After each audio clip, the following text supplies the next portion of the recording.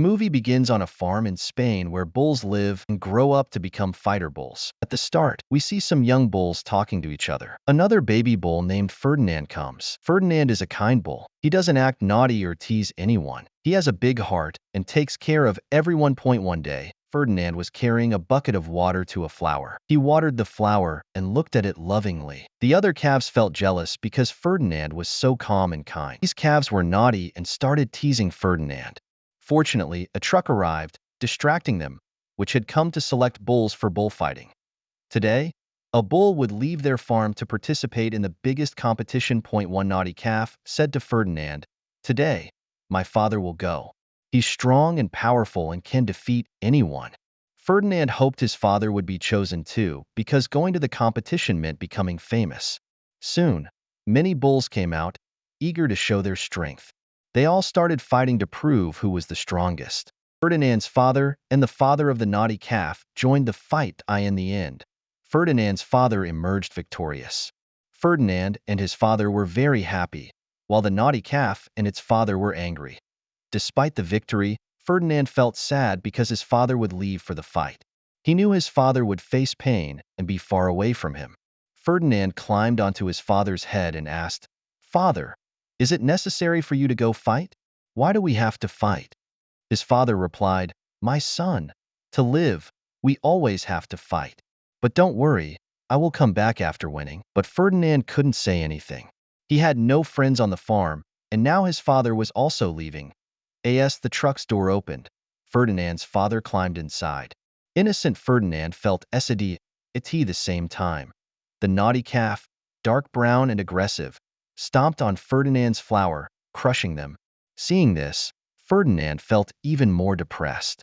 When morning came, he heard the sound of a truck and ran outside. As the worker opened the truck door, Ferdinand realized his father wasn't there. He became scared, thinking his father might have died in the fight or been defeated and left behind. Without thinking, he immediately ran away.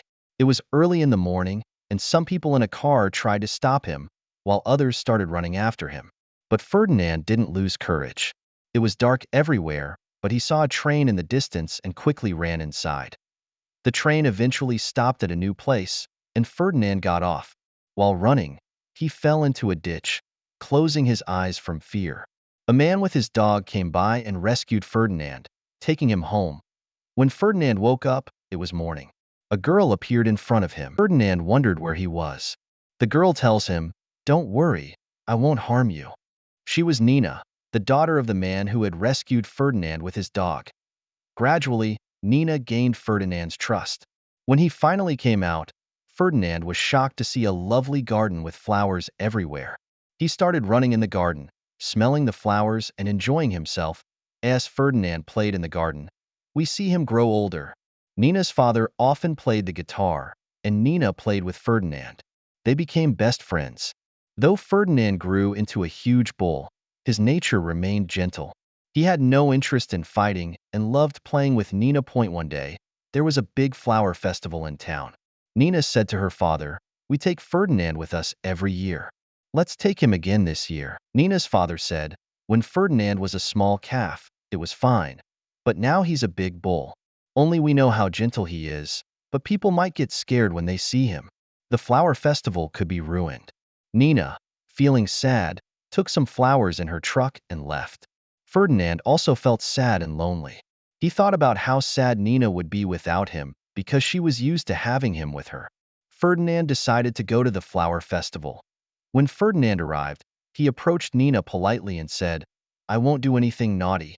Nina was surprised and worried. She says if father sees you, he'll get angry. "Everyone will be scared of you, Ferdinand. Go back." Before she could say more, a honeybee stung Ferdinand from behind. Ferdinand started running around in panic and ruining everything at the flower festival, causing great damage. Someone called animal control, and they quickly arrived and captured Ferdinand. They locked him in a truck and drove away.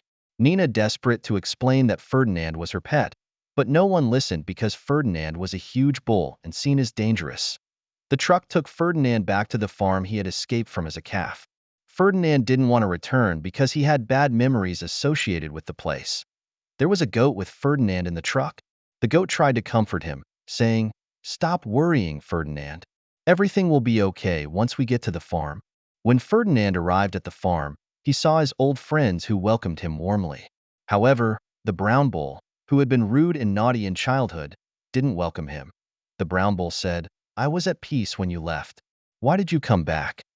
Ferdinand, still innocent and kind, replied politely, "I will go back soon." The night passed, and in the morning, a rich man arrived at the farm in his luxury car.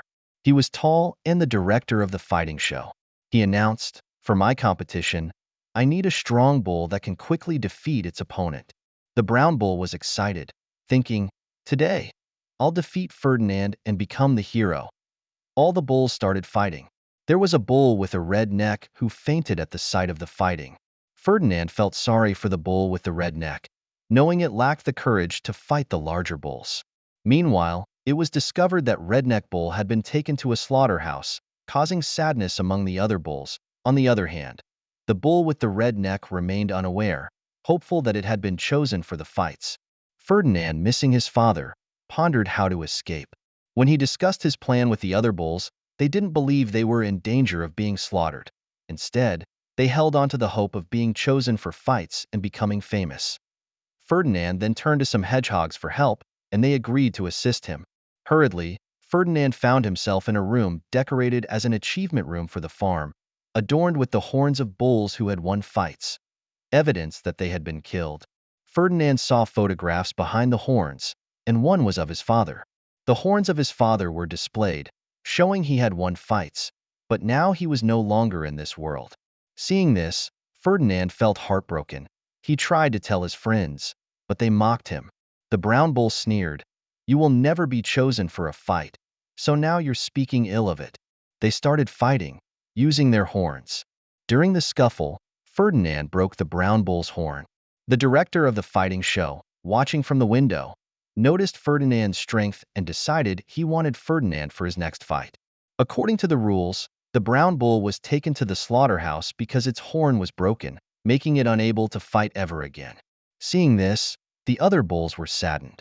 They said, "Ferdinand, you were right. Now we have to escape from here." They planned to free the bulls from the slaughterhouse. They crawled to the slaughterhouse, used a trolley to get the bulls in, and returned. The farm workers followed them, making their escape difficult.